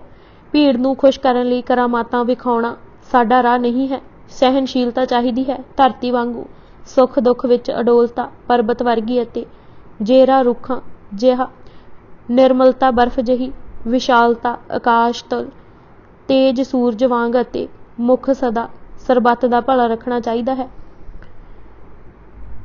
सब ने दिलों पश्चाताप किया तां हुक्म होया कि असल पश्चाताप है कि उस तपे दी याद मनाओ, लंगर लगाओ अते भुखियां दी भुख दूर करो। इत्थे हुण उस साखी दा ध्यान धरो जद दातू जी ने गुरु अमरदास जी नूं लत्त मारी सी अते आप जी ने उस दे पैर पकड़ कहा सी। आप जी दे पैर नूं तां चोट नहीं आई क्योंकि शरीर विचों हड्डियां निकल आईयां हन। कित्थे बाबा अमरदास जो तपे नूं सामणे घड़ीसदियां देख कहिंदे हन कि कीते दी सज़ा पा रहा है अते कित्थे हुण गुरु अमरदास जी जो दुनिया दे मालक हन पर अजर वस्तु जर रहे हन। ਇਹ ही तां सी सेवा घाल कमाई जो बाबा जी कर रहे सन। भाई अमरदास जी पहले वांग ही सेवा विच जुटे रहे। जपजी पढ़दे ब्यासा दरिया वल टुरी जांदे अते गागर भर के जद वापस मुड़दे तां उच्ची थां मनेर ते गागर टिका ताज़ा दम हो फिर खडूर वल चल पैंदे। एक एहतियात होर वरतन लग पए सन कि जद ब्यासा विच गागर भरदे तां इक्को वारी इशनान करके गागर भर लैंदे। संगतां विच ਇਹ ਗੱਲਾਂ खुले तौर ते होण लग पईयां सन कि गद्दी दी जिम्मेवारी ਇਹ भी गुरु नानक वांग बाहरों आए बाबा अमरदास जी नूं ही सौंपणगे। इस दा अंदाज़ा लोकी इत्थों लगा रहे सन कि हुण शब्द चर्चा अते आईयां संगतां ज़्यादातर बाबा अमरदास जी ही संबोधन करदे सन। बाबा दासू अते दातू जद कदे पुछदे भी सन तां माता जी ਇਹ ही कहिंदे सन कि पंड भारी है, सेवक ही उठाउण जोगा है, यह परमेश्वर वल्लों हुंडी है, सेवक नूं ही तारनगे। इतने नूं एक ऐसी घटना हुई जिसने सारे शंके निवृत्त कर दिते। एक रात बरखा हो रही सी। नेम नाल जद गुरु अमरदास जी ब्यासा तो जल लैण लई टुरन लगे तां उच्ची आवाज़ नाल गुरु अंगद देव जी ने पुत्रां नूं कहा कि ओह अज जाके जल भर लियाउण, पर ओह अडोल सुते रहे। कई बार जगाया भी। पहली बार यह कह के सौ गए कि आपे टहलिया भर लियावेगा अते दूजी वारी यह कह के सौ गए कि सानू तां राह दा ही नहीं पता। बाबा अमरदास जी जल लियाउण लई चल पए। पिछों गुरु जी ने यह बचन कीते, पुत्रां विच हंकार भर गया है, हमरे पुत गर्भ और भारी। उधरों बारिश हो रही सी। बाबा अमरदास जी टुरी आ रहे सन। जद कुछ बारिश थमी तां आप जी ने गागर मनेर ते रख जिथे हुण गुरुद्वारा दमदमा साहिब है खडूर साहिब वल टुरन ही लगे सन कि जुलाहे दी ताणी बन्नण वाली किली नाल ठुड्डा लगा। आप जी डिग पए पर गागर संभाली रखी। आप जी उठे तां कुछ खड़ाक होया। सुन के जुलाहे ने कहा, बोलदा क्यों नहीं, कौन है तू? जुलाही जो आवाज़ सुनदी पई सी जुलाहे नूं चुप कराउंदी कहण लगी, आराम नाल सुता रहो, यह ओह ही है अमरू निथावा है जो कुड़मां दे दर टुकड़े खाण लई आया होया है। ਸਭ ਨੇ ਇਸ ਨੂੰ ਤਿਆਗ ਦਿੱਤਾ ਹੈ। ਲੋਕ ਲਾਜ ਵੀ ਇਸ ਵਿੱਚ ਨਹੀਂ। ਇਹ ਸੁਣਦੇ ਹੀ ਬਾਬਾ ਅਮਰਦਾਸ ਨੇ ਜਾਣ ਬੁੱਝ ਕੇ ਉੱਚਾ ਸੁਣਾ ਕੇ ਕਿਹਾ, ਮੈਂ ਨਹੀਂ ਨਿਥਾਵਾਂ, ਤੂੰ ਕਮਲੀ ਹੈ ਜੋ ਇੰਜ ਬੋਲਦੀ ਹੈ। ਮੈਂ ਤਾਂ ਉਸ ਦੀ ਸ਼ਰਨ ਵਿੱਚ ਹਾਂ ਜੋ ਦੁਨੀਆ ਦਾ ਮਾਲਕ ਹੈ। ਗਾਗਰ ਸੰਭਾਲ ਆਪ ਜੀ ਖਡੂਰ ਸਾਹਿਬ ਵੱਲ ਤੁਰ ਪਏ। ਰਤਾ ਕੁ ਹੋਈ ਦੇਰੀ ਦੀ ਖਿਮਾ ਮੰਗੀ। ਗੁਰੂ ਜੀ ਜਾਣਦੇ ਸਨ, ਪਰ ਉਹਨਾਂ ਪੁੱਛਿਆ ਕੁਝ ਨਹੀਂ। ਅੰਮ੍ਰਿਤ ਵੇਲੇ ਦੀ ਹੀ ਚੌਂਕੀ ਉਪਰੰਤ ਜੁਲਾਹਾ ਪੁਕਾਰ ਕਰਦਾ ਹੋਇਆ ਆਇਆ ਕਿ ਜੁਲਾਹੀ ਕਮਲੀ ਹੋਈ ਫਿਰਦੀ ਹੈ। ਜੁਲਾਹੇ ਨੇ ਜਦ ਜੁਲਾਹੀ ਨੂੰ ਦਰਬਾਰ ਹਾਜ਼ਰ ਕੀਤਾ ਤਾਂ ਗੁਰੂ ਦ੍ਰਿਸ਼ਟੀ ਪੈਂਦੇ ਸਾਰ ਸੰਭਲੀ। ਗੁਰੂ ਅੰਗਦ ਦੇਵ ਜੀ ਨੇ ਪ੍ਰਭਾਤ ਵਾਲੀ ਸਾਰੀ ਘਟਨਾ ਜੁਲਾਹੀ ਦੇ ਮੂੰਹੋਂ ਹੀ ਸੁਣਨੀ ਚਾਹੀ। ਉਸਨੇ ਦੱਸਿਆ ਕਿ ਉਸਨੇ ਉਹ ਕੁਝ ਕਹਿ ਦਿੱਤਾ ਜੋ ਲੋਕੀ ਕਹਿੰਦੇ ਸਨ ਕਿ ਅਮਰੂ ਨਿਥਾਵਾਂ ਹੈ। ਬਾਬਾ ਅਮਰਦਾਸ ਜੀ ਨੇ ਦੱਸਿਆ ਕਿ ਜਦ ਇਸ ਨੇ ਸੇਵਾ ਨਿੰਦੀ ਤਾਂ ਮੇਰੇ ਕੋਲੋਂ ਰਿਹਾ ਨਾ ਗਿਆ। ਮੈਂ ਕਿਹਾ, ਤੂੰ ਕਮਲੀ ਹੈ ਜੋ ਐਸਾ ਸੋਚਦੀ ਬੋਲਦੀ ਹੈ। ਗੁਰੂ ਦੀ ਸੇਵਾ ਸਭ ਤੋਂ ਮਹਾਨ ਹੈ। ਉਂਝ ਮੈਂ ਉਸ ਸਮੇਂ ਤੱਕ ਨਿਥਾਵਾਂ ਹੀ ਹਾਂ ਜਦ ਤੱਕ ਆਤਮ ਰੂਪ ਵਿੱਚ ਨਹੀਂ ਪਾ ਲੈਂਦਾ। ਐਸੇ ਨਿਮਰਤਾ ਭਰੇ ਬਚਨ ਸੁਣਦੇ ਸਾਰ ਹੀ ਗੁਰੂ ਅੰਗਦ ਦੇਵ ਜੀ ਬਖਸ਼ਿਸ਼ ਦੇ ਘਰ ਆਏ ਅਤੇ ਬਰਕਤਾਂ ਨਾਲ ਝੋਲੀ ਭਰੀ। ਅਨੇਕਾਂ ਬਖਸ਼ਿਸ਼ਾਂ ਕੀਤੀਆਂ, 12 ਵਾਰ ਦਿੱਤੇ। ਫਰਮਾਇਆ, ਤੁਮ ਹੋ ਨਿਥਾਵਣ ਥਾਣ, ਕਰ ਹੋ ਨਿਮਾਣ ਹੈ ਮਾਣ। ਨਿਤਾਣਿਆਂ ਕਾ ਤਾਣ, ਨਿਉਟਿਆਂ ਕੀ ਓਟ, ਨਿਆਸਰਿਆਂ ਕਾ ਆਸਰਾ। ਨਿਰਧਰਿਆਂ ਕੀ ਧਿਰ, ਨਿਧੇਰਨ ਕੀ ਧੀਰ। ਪੀਰਾਂ ਦੇ ਪੀਰ, ਦਿਆਲ ਗਹੀ ਬਹੌੜ। ਜਗਤ ਬੰਦੀ ਛੋੜ, ਭੰਨਣ ਘੜਨ ਸਮਰੱਥ। ਸਭ ਜੀਵ ਕਾ ਜਿਸ ਹੱਥ। ਫਿਰ ਕਿਹਾ, ਤੂੰ ਸਾਡਾ ਹੀ ਰੂਪ ਹੈ। ਜਿਵੇਂ ਸੋਨੇ ਦੇ 2 ਕੰਗਣਾਂ ਨੂੰ ਭੱਠੀ ਵਿੱਚ ਪਾ ਕੇ ਇੱਕ ਕਰ ਲਈਦਾ ਹੈ, ਤਿਵੇਂ ਤੁਸਾਂ ਆਪਣੇ ਆਪ ਨੂੰ ਢਾਲ ਲਿਆ ਹੈ। ਸਭ ਤੇ ਪ੍ਰਗਟ ਸੀ ਕਿ ਇਹ ਜ਼ਿੰਮੇਵਾਰੀ ਹੁਣ ਬਾਬਾ ਅਮਰਦਾਸ ਜੀ ਨੂੰ ਹੀ ਮਿਲਣੀ ਹੈ। ਪੁੱਤਰਾਂ ਰੋਸ ਮਨਾਇਆ। ਭਾਈ ਅਮਰਦਾਸ ਜੀ ਦਾ ਬਾਸਰ ਕੇ ਜਾਂਦੇ ਰਾਹ ਵੀ ਰੋਕਿਆ, ਪਰ ਮਾਤਾ ਖੀਵੀ ਆਪੂ ਬਾਸਰ ਕੇ ਜਾ ਕੇ ਖੀਮਾ ਦਿਲਵਾ ਆਏ। ਇਸੇ ਦੌਰਾਨ ਗੁਰੂ ਅੰਗਦ ਦੇਵ ਜੀ ਨੇ ਬਾਬਾ ਅਮਰਦਾਸ ਨੂੰ ਗੋਇੰਦਵਾਲ ਵਸਾਉਣ ਦਾ ਹੁਕਮ ਦਿੱਤਾ। ਗੋਇੰਦਵਾਲ ਛੇਤੀ ਹੀ ਵਸ ਗਿਆ। ਗੋਬਿੰਦ ਨਾਮ ਦੇ ਖੱਤਰੀ ਦੀ ਜ਼ਮੀਨ ਸ਼ਰੀਕਾਂ ਦਬਾਈ ਹੋਈ ਸੀ। ਮੁਕੱਦਮੇ ਦਿੱਲੀ ਤੱਕ ਗਏ। ਉਸ ਇਹ ਅਰਦਾਸ ਕੀਤੀ ਕਿ ਜੇ ਮੁਕੱਦਮਾ ਜਿੱਤ ਆਇਆ ਤਾਂ ਅੱਧੀ ਜ਼ਮੀਨ ਗੁਰੂ ਅੰਗਦ ਦੇਵ ਜੀ ਦੇ ਨਾਮ ਲਗਾ ਦੇਵਾਂਗਾ। ਮੁਕੱਦਮਾ ਜਿੱਤਿਆ ਗਿਆ, ਪਰ ਸ਼ਰੀਕ ਫਿਰ ਵੀ ਨਗਰ ਨਾ ਵਸਣ ਦੇਵੇ। ਸਵੇਰੇ ਉਹ ਬਣਾਉਂਦਾ, ਰਾਤੀ ਵਿਰੋਧੀ ਢਾਹ ਜਾਂਦੇ। ਉਸ ਗੁਰੂ ਸ਼ਰਨ ਤੱਕੀ। ਗੁਰੂ ਅੰਗਦ ਦੇਵ ਜੀ ਨੇ ਬਾਬਾ ਅਮਰਦਾਸ ਜੀ ਨੂੰ ਭੇਜਿਆ ਕਿ ਨਗਰੀ ਵਸਾਓ, ਪਹਿਲਾਂ ਧਰਮਸ਼ਾਲ ਬਣਾਓ। ਹੱਥੀਂ ਛੜੀ ਵੀ ਦਿੱਤੀ। ਨਗਰ ਵਸ ਗਿਆ। ਗੁਰੂ ਜੀ ਨੇ ਬਾਬਾ ਅਮਰਦਾਸ ਨੂੰ ਇਹ ਆਗਿਆ ਦਿੱਤੀ ਕਿ ਉਹ ਜਾ ਕੇ ਪਰਿਵਾਰ ਨੂੰ ਹੁਣ ਗੋਇੰਦਵਾਲ ਲੈ ਆਉਣ। ਗੋਬਿੰਦੇ ਨੇ ਸ਼ੁਕਰਾਨੇ ਵਜੋਂ ਘਰ ਉਸਾਰਨਾ ਸ਼ੁਰੂ ਕੀਤਾ। ਘਰ ਇਤਨਾ ਆਲੀਸ਼ਾਨ ਬਣਾ ਦਿੱਤਾ ਕਿ ਜਦ ਬਾਬਾ ਅਮਰਦਾਸ ਜੀ ਨੇ ਡਿੱਠਾ ਤਾਂ ਸੰਕਲਪ ਕੀਤਾ ਕਿ ਸੇਵਕ ਦਾ ਇਤਨਾ ਵੱਡਾ ਘਰ ਅਤੇ ਗੁਰੂ ਜੀ ਝੌਂਪੜੀ ਵਿੱਚ ਰਹਿਣ ਇਹ ਫਾਵਦਾ ਨਹੀਂ, ਸੇਵਕ ਨੂੰ ਜੱਚਦਾ ਨਹੀਂ। ਗੁਰੂ ਅੰਗਦ ਦੇਵ ਜੀ ਜੁਲਾਹੀ ਵਾਲੀ ਘਟਨਾ ਉਪਰੰਤ ਦਮਦਮਾ ਸਾਹਿਬ ਹੀ ਆ ਗਏ ਸਨ। ਜੁਲਾਹੀ ਕੋਲੋਂ ਝੁੱਗੀ ਦੀ ਥਾਂ ਖਰੀਦ ਲਈ ਸੀ। ਕਿੱਲੀ ਵੀ ਹਰੀ ਭਰੀ ਹੋ ਗਈ ਸੀ। ਬਾਬਾ ਅਮਰਦਾਸ ਜੀ ਨੇ ਅਜੇ ਇਹ ਸੰਕਲਪ ਕੀਤਾ ਹੀ ਸੀ ਕਿ ਮਕਾਨ ਨੂੰ ਅੱਗ ਲੱਗ ਗਈ। ਗੋਬਿੰਦਾ ਬਹੁਤ ਹੀ ਘਬਰਾਇਆ, ਪਰ ਬਾਬਾ ਅਮਰਦਾਸ ਨੇ ਕਿਹਾ ਕਿ ਹੁਣ ਸੜੇ ਹੋਏ ਬਾਲਿਆਂ ਸ਼ਤੀਰਾਂ ਨਾਲ ਮਕਾਨ ਬਣਾਓ ਅਤੇ ਦਰਵਾਜ਼ੇ ਵੀ ਇਹ ਹੀ ਲਗਾਓ। 29 ਮਾਰਚ ਸਨ 1552 ਵਾਲਾ ਦਿਨ ਸੀ। ਚੇਤ ਬਸੰਤ ਭਲਾ ਮੁੱਕਣ ਤੇ ਸੀ ਅਤੇ ਵਿਸਾਖ ਭਲਾ ਸਾਖਾਂ ਵੇਸ ਕਰੇ ਦੀਆਂ ਆਵਾਜ਼ਾਂ ਆ ਰਹੀਆਂ ਸਨ। ਅੰਮ੍ਰਿਤ ਵੇਲੇ ਹੀ ਗੁਰੂ ਅੰਗਦ ਦੇਵ ਜੀ ਨੇ ਬਚਨ ਕੀਤਾ, ਤਜਿਹੈ ਸਰੀਰ ਅਬਹਿ ਚਿਤ ਆਈ। ਸੰਗਤਾਂ ਵਿੱਚ ਹੀ ਗੁਰਗੱਦੀ ਦੀ ਜ਼ਿੰਮੇਵਾਰੀ ਬਾਬਾ ਅਮਰਦਾਸ ਜੀ ਨੂੰ ਹੀ ਸੌਂਪਣ ਦਾ ਐਲਾਨ ਕੀਤਾ। ਗੁਰੂ ਅਮਰਦਾਸ ਜੀ ਨੇ ਬਹੁਤ ਕਿਹਾ, ਉਹ ਟਹਿਲੀਏ ਸਨ, ਟਹਿਲੀਆ ਹੀ ਰਹਿਣ ਦਿਓ, ਪਰ ਆਪ ਜੀ ਨੇ ਫਰਮਾਇਆ, ਹੋਰ ਕੋਈ ਨਹੀਂ ਜੋ ਇਤਨੀ ਭਾਰੀ ਪੰਡ ਚੁੱਕ ਸਕੇ। ਇੰਜ ਲੱਗਦਾ ਹੈ ਕਿ ਪਿਛਲੇ ਕਈ ਮਹੀਨਿਆਂ ਤੋਂ ਵਾਦ ਵਿਵਾਦ ਚੱਲ ਰਿਹਾ ਸੀ। ਪੁੱਤਰਾਂ ਜਦ ਵੀ ਗੁਰਗੱਦੀ ਦੀ ਗੱਲ ਕਰਨ, ਮਹਾਰਾਜ ਜੀ ਸਪਸ਼ਟ ਕਹਿੰਦੇ ਹਨ, ਤੁਸੀਂ ਹੋ ਸੱਚੇ, ਪਰ ਪੰਡ ਹੈ ਭਾਰੀ, ਤੁਸਾਡੇ ਚੁੱਕੀ ਨਹੀਂ ਜਾਸੀ। ਇਹ ਗੁਰੂ ਅਮਰਦਾਸ ਚੁੱਕੇਗਾ ਸਾਰੀ। ਆਪ ਜੀ ਨੇ ਬਾਬਾ ਬੁੱਢਾ ਜੀ ਨੂੰ ਆਗਿਆ ਕੀਤੀ ਕਿ ਉਸੇ ਗਾਗਰ ਵਿੱਚ ਜਲ ਭਰ ਲਿਆਉਣ ਜਿਸ ਵਿੱਚ ਰੋਜ਼ ਬਾਬਾ ਅਮਰਦਾਸ ਜੀ ਇਸ਼ਨਾਨ ਲਈ ਜਲ ਲਿਆਂਦੇ ਸਨ। आपू ही गुरु जी ने इशनान करवाया, नवे वस्त्र पहनाए, आपू मत्था टेकिया, शब्द की थापना दिती अते संगतां नूं कहा, ਇਹ मेरा रूप ਹਨ। सब नूं आग्या कीती कि उन्हां अगे वंदना करो। संगतां हैरान होईयां सन। बलवंड जी ने भी उम्मत हैरान दे शब्द वरते ਹਨ। पुत्रां सिर झुकाउण तो इनकार कर दिता, सगों कहा कि यह तां साडा दास है, एक साडा अधिकारशील लियासू अते दूतीए उठ कर सीस निवावे। दासू जी ने होर करड़े बचन भी बोले। गुरु जी ने बाहर चले जाण लई कहा। गुरु अंगद देव जी ने गुरु अमरदास जी वल देखते हुए कहा, मेरे ते तुहाडे विच रता भर अंतर नहीं है। यह शरीर तां केवल जल दा भरिया घड़ा समुंदर विच हुंदा ऐसे हुंदा है। केवल संसार दे भले लई गुरु शरीर धारदे हन। शरीर ने अवश्य बिनसना है। गुर पदवी निमरता प्रेम अते सेवा दा ही फल है। तुसां ही हुण सतनाम दा सिमरन दृढ़ कराउणा, भगती भाव हर हिरदे विच भर दिओ।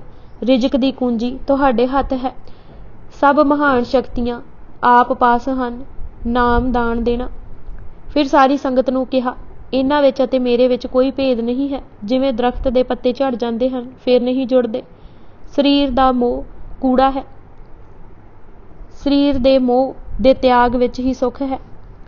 अंतवरीति दी मर्यादा भी दृढ़ करवा दित्ती। आग्या कीती कि कोई कुल रीति, कोई समाजिक रस्म, क्रियाकर्म जां जो भी जग दे विहार हन उन्हां वल मूँह ना करना। बस केवल पाठ कीर्तन अते शुकर ही करना। शरीर दा संस्कार कर देना।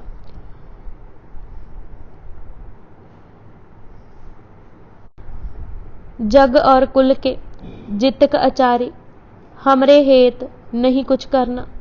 कीर्तन पाठ सुन नाम सिमरना, कर है आनंद मंगल चारा।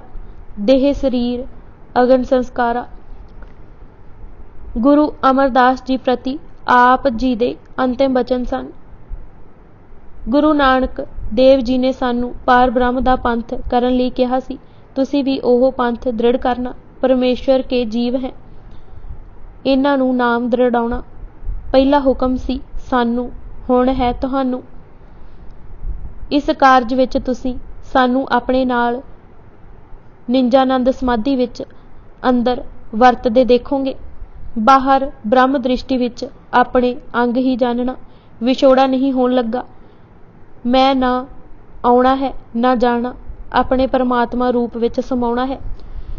इस लई मुहासिन फानी ने लिखिया सी, गुरु नानक नूर ही नूर सन, सिर्फ सानू अपनी कुदरत ही विखलाउंदे सन। सिख ਇਹ ਸਮਝਦੇ ਹਨ कि जदों गुरु नानक जी ने तन त्याग्या, ਉਹ अपने निकट सेवक गुरु अंगद देव जी विच प्रवेश कर गए। गुरु अंगद नानक दा ही नाम है। उपरंत गुरु अंगद देव जी परलोक समय गुरु अमरदास जी दे जामे विच उसे तरह ही समा गए।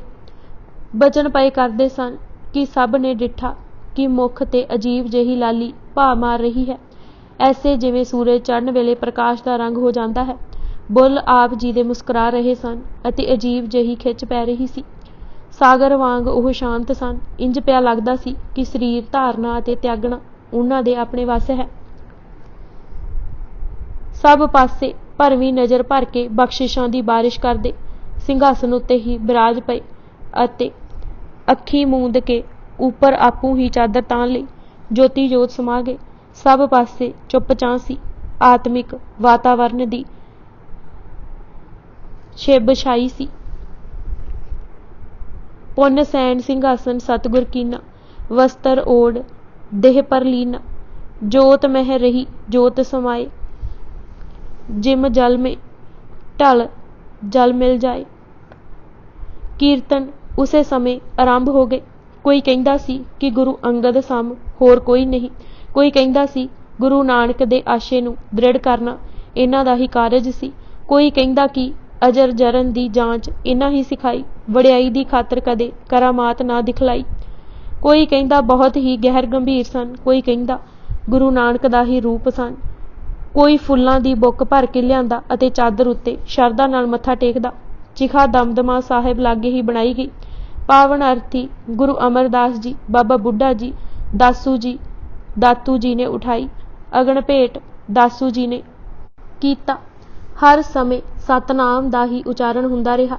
10ਵੇਂ ਦਿਨ ਸੰਗਤਾਂ ਦਾ ਭਾਰੀ ਇਕੱਠ ਕੀਤਾ ਗਿਆ। ਗੁਰੂ ਅਮਰਦਾਸ ਜੀ ਨੇ ਗੁਰਗੱਦੀ ਦੀ ਜ਼ਿੰਮੇਵਾਰੀ ਸੰਭਾਲਦੇ ਹੋਏ ਪਹਿਲੇ ਬਚਨ ਇਹ ਸਨ, ਸਰੀਰ ਦਾ ਸਾਥ ਥੋੜ ਵਿਤਾ ਹੈ, ਮੋਹ ਦੀ ਤੰਦ ਹੀ ਦੁਖੀ ਕਰਦੀ ਹੈ। ਇਹ ਮੋਹ ਦੀਆਂ ਤੰਦਾਂ ਗੁਰਬਾਣੀ ਦੇ ਪਾਠ ਕੀਰਤਨ ਨਾਲ ਹੀ ਟੁੱਟਦੀਆਂ ਹਨ। ਗੁਰੂ ਅੰਗਦ ਦੇਵ ਜੀ ਸਿੱਖ ਜਥੇਬੰਦੀ ਦ੍ਰਿੜ ਕਰ ਗਏ ਅਤੇ ਸਾਡਾ ਫਰਜ਼ ਹੈ ਕਿ ਇਸ ਵਿੱਚ ਤਰੇੜਾਂ ਨਾ ਪੈਣ ਦਈਏ। ਬੜਾ ਧੀਰਜ ਦਿੱਤਾ ਸੰਗਤਾਂ ਨੂੰ ਗੁਰੂ ਅਮਰਦਾਸ ਜੀ ਦੇ ਬਚਨਾਂ ਨੇ। ਗੁਰੂ ਅਮਰਦਾਸ ਜੀ ਉਸੇ ਦਿਨ ਹੀ ਖਡੂਰ ਸਾਹਿਬ ਤੋਂ ਗੋਇੰਦਵਾਲ ਆ ਗਏ ਅਤੇ ਸਮਾਧੀ ਸਥਾਪਿਤ ਹੋ ਗਏ। ਭਾਗ 8ਵਾਂ ਕੁਦਰਤੀ ਨੂਰ, ਸਮੁੱਚੇ ਜੀਵਨ ਉੱਤੇ ਇੱਕ ਝਾਤ। ਗੁਰੂ ਅੰਗਦ ਦੇਵ ਜੀ ਦੀ ਸ਼ਖਸੀਅਤ ਲਈ ਜੋ ਕੇਵਲ 2 ਹੀ ਸ਼ਬਦ ਵਰਤਨੇ ਹੋਣ ਤਾਂ ਕੁਦਰਤੀ ਨੂਰ ਦੇ ਲਫ਼ਜ਼ ਠੀਕ ਢੁੱਕਣਗੇ।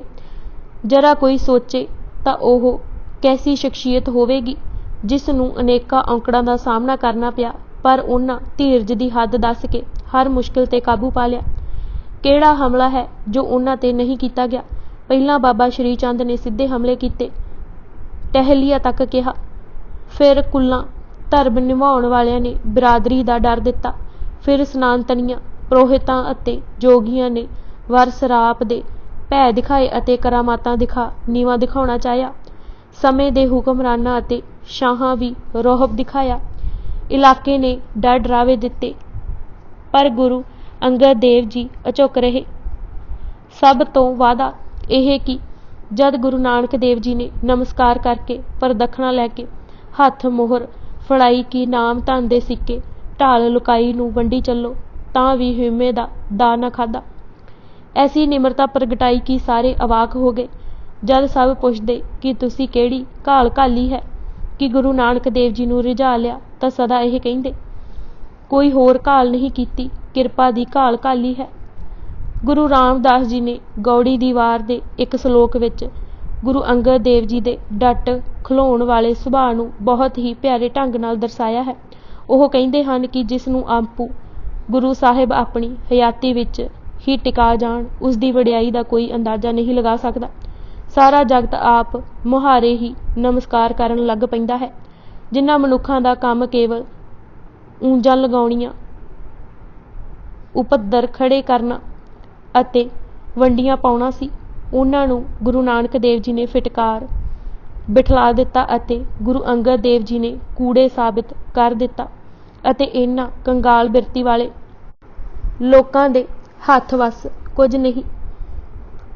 ਲੋਕਾਂ ਸਭ ਨਿੰਦਕਾਂ ਦੀ ਅਸਲੀਅਤ ਜਾਣ ਲਈ ਗੁਰਬਾਬੇ ਫਿਟ ਕੇ ਸੇ ਫਿਟੇ, ਗੁਰ ਅੰਗਦ ਕੀਤੇ ਕੁੜਿਆਰੇ।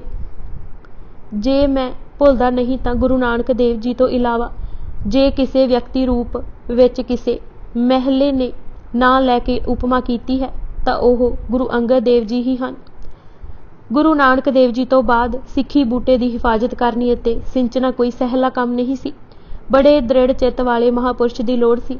ਇਸੇ ਲਈ ਸਭ ਇਤਿਹਾਸਕਾਰ ਸਹਿਮਤ ਹਨ ਕਿ ਗੁਰੂ ਅੰਗਦ ਦੇਵ ਜੀ ਦਾ ਗੁਰਗੱਦੀ ਨੂੰ ਸੰਭਾਲਣਾ ਸਿੱਖ ਇਤਿਹਾਸ ਵਿੱਚ ਅਤ ਗਹਿਰੀ ਮਹੱਤਤਾ ਰੱਖਦਾ ਹੈ। ਟਰੰਪ ਤੱਕ ਨੇ ਲਿਖਿਆ ਕਿ ਸਭ ਕੁਝ ਖਿੱਲਰ ਪੁੱਲਰ ਉੱਡ ਪੁੱਡ ਜਾਂਦਾ ਜੇ ਗੁਰੂ ਨਾਨਕ ਦੇਵ ਜੀ ਆਪਣੇ ਥਾਂ ਗੁਰੂ ਅੰਗਦ ਦੇਵ ਜੀ ਨੂੰ ਨਾ ਬਿਠਲਾਉਂਦੇ। ਗੁਰੂ ਅੰਗਦ ਦੇਵ ਜੀ ਨੇ ਗੁਰੂ ਨਾਨਕ ਦੇਵ ਜੀ ਦੇ ਸਿਧਾਂਤਾਂ ਨੂੰ ਸਾਦਗੀ, ਪਾਕੀਜ਼ਗੀ, ਭਰੋਸਗੀ ਅਤੇ ਇਮਾਨਦਾਰੀ ਦੀ ਟੇਕ ਲੈ ਕੇ ਜੀਵਤ ਰੱਖਿਆ। ਗ੍ਰੀਨਲੀਜ਼ ਨੇ ਇਸੇ ਲਈ ਲਿਖਿਆ ਕਿ ਉਹ ਪੁੰਜ ਸਨ ਪੂਰਨ ਪਵਿੱਤਰਤਾ ਅਤੇ ਅਨੰਨ ਭਗਤੀ ਦੇ। ਗੁਰੂ ਗੋਬਿੰਦ ਜੀ ਨੇ ਇੱਕ ਸਮੇਂ ਬਚਨ ਕਰਦੇ ਕਿਹਾ ਸੀ, ਸਿੱਖ ਨਹੀਂ ਕੋਈ ਅੰਗਦ ਜੈਸਾ। ਪਹਿਲਾਂ ਗੁਰੂ ਅੰਗਦ ਦੇਵ ਜੀ ਨੇ ਸਿੱਖੀ ਦਾ ਰੂਪ ਨਿਭਾ ਕੇ ਪੂਰਨੇ ਪਾਏ, ਫਿਰ ਸਭ ਨੂੰ ਟੁਰਨ ਲਈ ਪ੍ਰੇਰਿਆ। ਗੁਰੂ ਨਾਨਕ ਜੀ ਨੇ ਐਵੇਂ ਨਹੀਂ ਸੀ ਕਹਿ ਦਿੱਤਾ ਕਿ ਮੈਂ ਕੋਈ ਕਿਸੇ ਨੂੰ ਗੁਰਿਆਈ ਨਹੀਂ ਦਿੱਤੀ, ਇਹ ਤਾਂ ਪਰਮੇਸ਼ਰ ਵੱਲੋਂ ਹੁੰਡੀ ਸੀ ਜੋ ਮੈਂ ਤਾਰਨੀ ਸੀ ਸੇਵਕ ਨੂੰ, ਅਤੇ ਸੇਵਕ ਮੈਂ ਡਿੱਠਾ ਭਾਈ ਲੈਣਾ। ਬਚਿੱਤਰ ਨਾਟਕ ਵਿੱਚ ਵੀ ਗੁਰੂ ਗੋਬਿੰਦ ਸਿੰਘ ਜੀ ਨੇ ਫਰਮਾਇਆ ਸੀ ਕਿ ਗੁਰੂ ਨਾਨਕ ਨੇ ਗੁਰੂ ਅੰਗਦ ਦੇਵ ਜੀ ਨੂੰ ਥਾਪਿਆ ਕਿ ਇਸ ਜੱਗ ਵਿੱਚ ਧਰਮ ਪ੍ਰਚਾਰਿਆ ਜਾ ਸਕੇ, ਧਰਮ ਦ੍ਰਿੜ ਹੋਵੇ। ਨਾਨਕ ਅੰਗਦ ਕੋ ਬਪ ਧਰਾ, ਧਰਮ ਪ੍ਰਚਾਰ ਇਸ ਜਗ ਮੋ ਕਰਾ।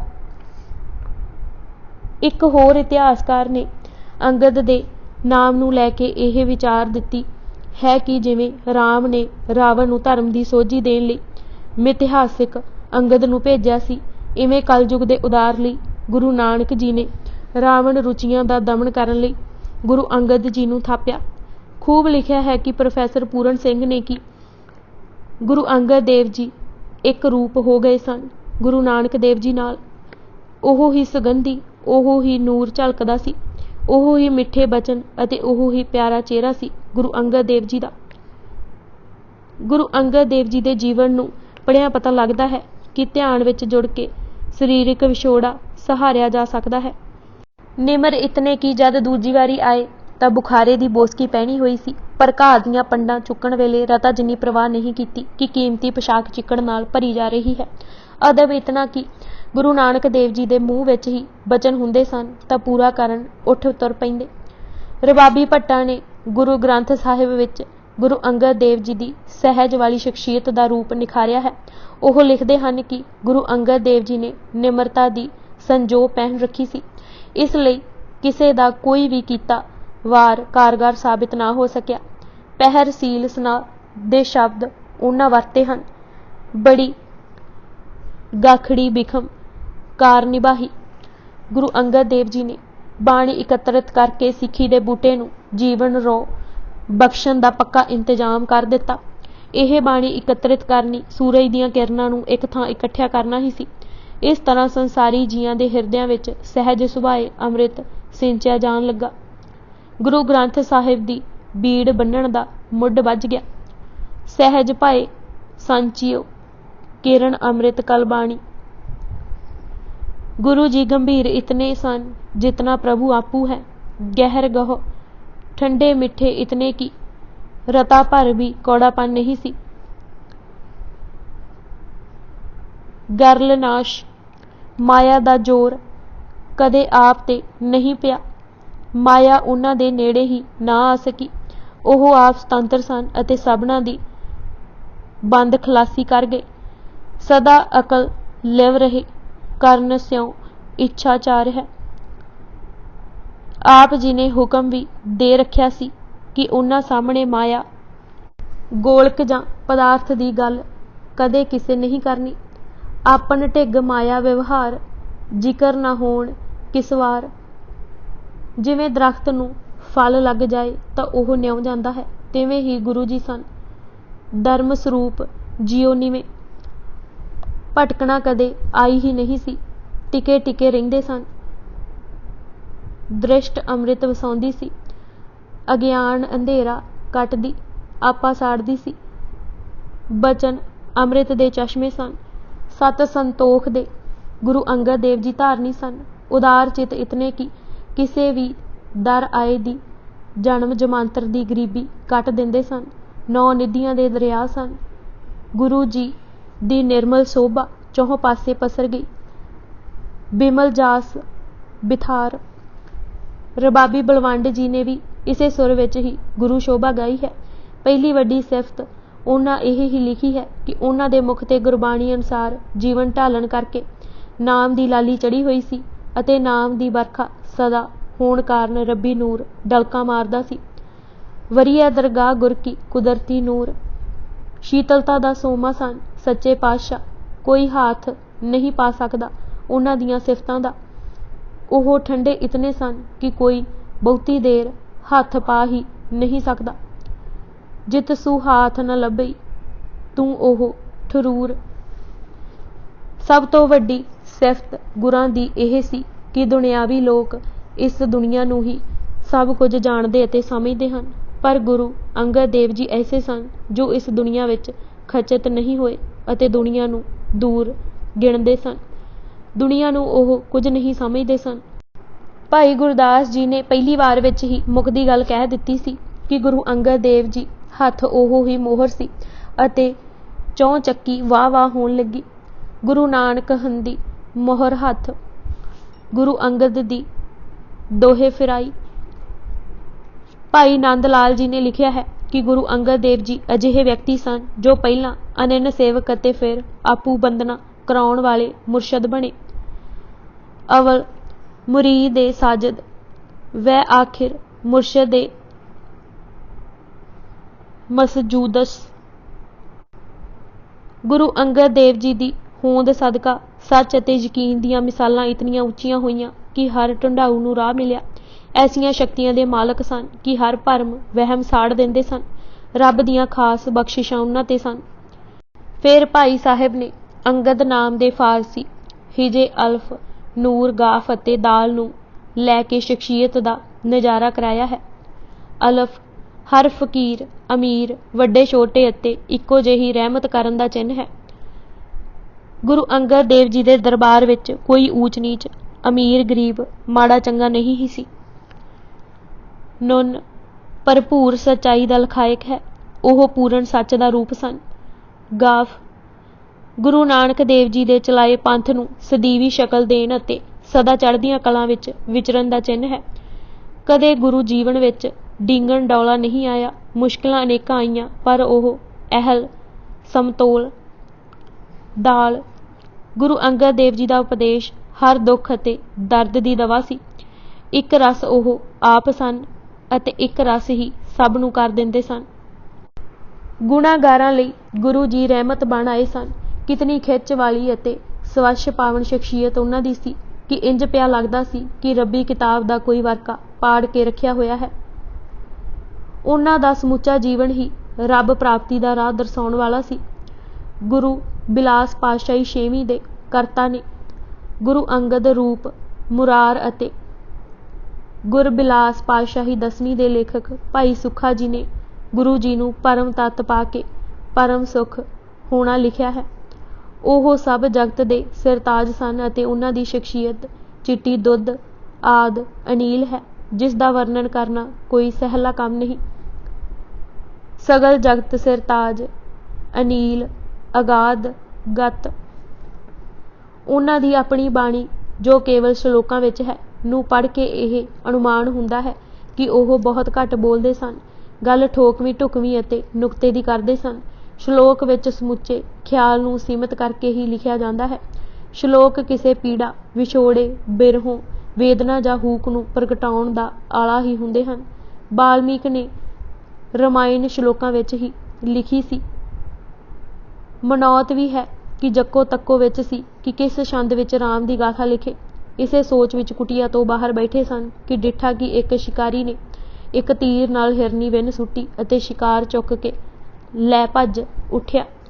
उसदे पिछे हिरन दौड़ पिया अते उसदे मूंहों जो आवाज़ हूक दी शक्ल विच निकली ओह इतनी शोकमई सी कि सब पासे करुणा रस बिखर गया। उन्हां उसे बहर अते रामायण लिखी अते ओह ही श्लोक कह के जाणिया जांदा है।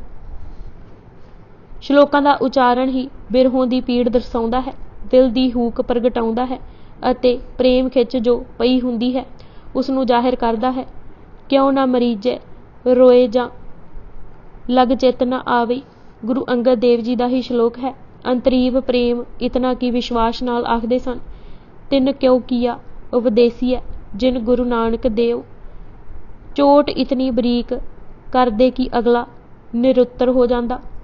वेद नूं कथा कहानी अते बाणी नूं ज्ञान ध्यान विच आई कहना सदियां दा पिया होया ब्रह्म दा जूला मलकड़े जहे उतारण समान ही सी।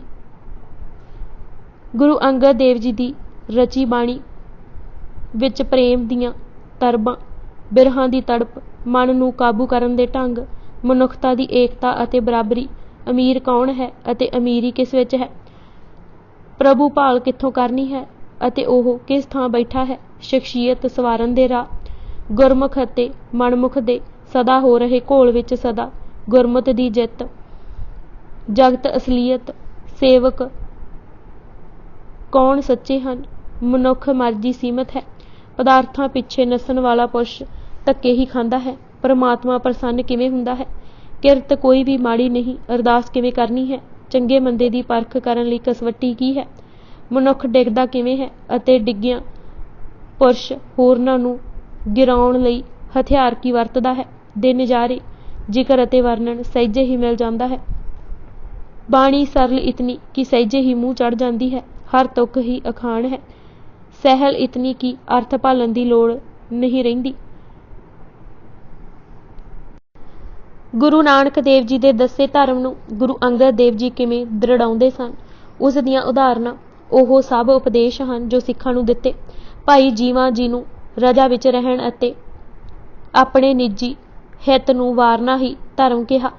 गुजर लोहार नूं थुड़े दा कारज सवारना ही सिੱਖੀ दस्सिया। भाई धिंज जी नूं सेवा करदिआं हंकार ना करना ही मुरीद दा करम दस्सिया। मल्लू माही नूं जूझण समय थोड़िਆਂ ਬਹੁਤਿਆਂ ਦੀ विचार ना करनी ही सूरमे दा करतव दस्सिया। भाई किदारा नूं नित सतसंग करना ही नेम दृढ़ाया। तृष्णा दी अग सतसंग करके ही बुझदी है। भाई लालू जी नूं जीवन उपदेश ही परोपकार करना किहा। भगती ते किसे दा जादू नहीं चल सकदा। भाई जग्गा जी नूं गृहस्थ दी महत्ता इतनी गल नाल ही दर्शा दित्ती कि इन्हां सन्यासियां उदासी लोकां कोल कुਝ नहीं रहिंदा। गृहस्थी घाह फक पशुआं वांगू साध नूं खवा के दुੱਧ दोह लैंदे हन।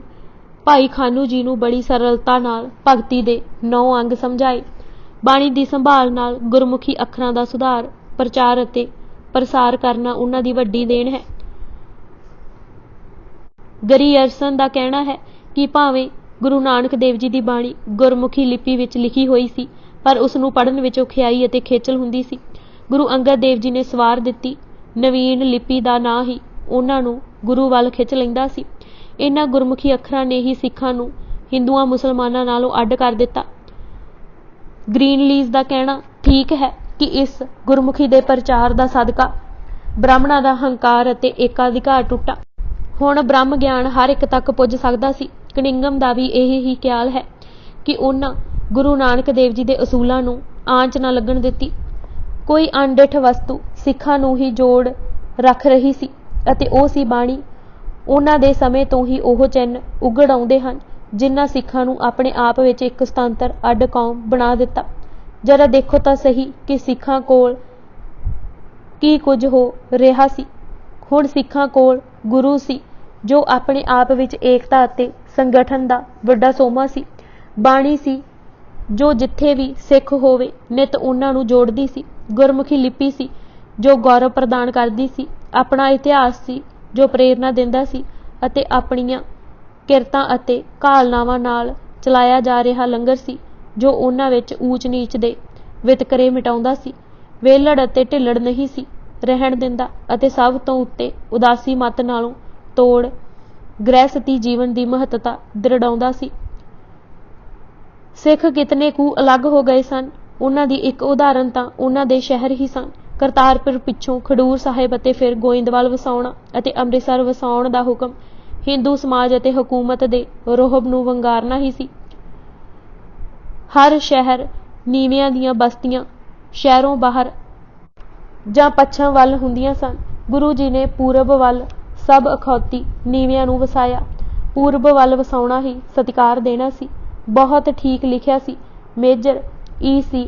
आर्चर ने 1828 ईस्वी विच कि सिख शहर हिंदुआं दे नगरां नालों बिल्कुल ही वख लगदे हन। गुरु अंगद देव जी नूं इसे लई कंसोलीडेटर कहा जांदा है। कन्हैया लाल तरीखे पंजाब विच गुरु जी दे संजमी जीवन दा खास तौर ते जिक्र करदा है। ਉਹ ਲਿਖਦਾ है कि अपने जीवन के आखिरी दिनों में भी हर आए नूं हथी प्रसाद छकांदे पर आपू हत्थां नाल मेहनत करके उसकी आमदनी नाल दूजे प्रसाद छकदे। लतीफ भी गुरु अंगद देव जी नूं भगती अते शरधा दा पुंज कहंदा है। मुहम्मद अकबर दा विचार है कि पुरोहितवाद अते ब्राह्मणवाद ते करड़ी सट गुरु अंगद देव जी ने ही मारी सी। गुरबाणी जो सिखां दा जीवन आधार बनी यह गुरु अंगद देव जी वेले ही पोथी विच एक थावें इकट्ठी की गई। सुजान राय भंडारी ने खलास तत्त तवारीख विच इसे गल दा जिक्र किया है कि गुरु नानक देव जी ने इनकलाब ही यह आंदा कि गुरमुखी बोली विच अगम निगम अकाल पुरख दे ज्ञान नूं बाणी रच के हर एक तक पहुँचाया। सिख बाणी सुर नाल पढ़न नूं ही भगती जाणदे हन। मकालफ ने गुरु अंगद देव जी की जीवनी का सार देंदे यह ही लिखिया कि लोक सेवा गुर प्रेम अते प्रभु भगती उन्हां दी शख्सियत दे मुख लक्षण सन। इस पुस्तक की समाप्ति मैं प्रोफैसर पूਰਨ सिंह ਦੇ ਉਹਨਾਂ ਸ਼ਬਦਾਂ ਨਾਲ ਕਰਨੀ ਹੈ जो ਉਹਨਾਂ ਆਪਣੀ पुस्तक बुक ऑफ 10 मास्टर्स ਵਿੱਚ लिखे कि पंक्ति ਅਤੇ संगत ਦੇ ਨਾਲ गुरु अंगद जी ने सिखां ਨੂੰ ਤੀਜਾ ਮੰਦਰ ਸਿੱਖਿਆ व्याख्या ਦਾ ਸਾਹਿਤ संचित करके दिता। सहज सुभाए गुरु अंगद देव जी पासों जी दान दियां ऐसियां लाटां उठियां जो लकाई दी समूचा राह रुशना गईयां। सो इस दे नाल ही कुदरती नूर जीवनी श्री गुरु अंगद देव जी किताब इत्थे ही समाप्त हुंदी है। वाहिगुरु जी का खालसा वाहिगुरु जी की फतेह।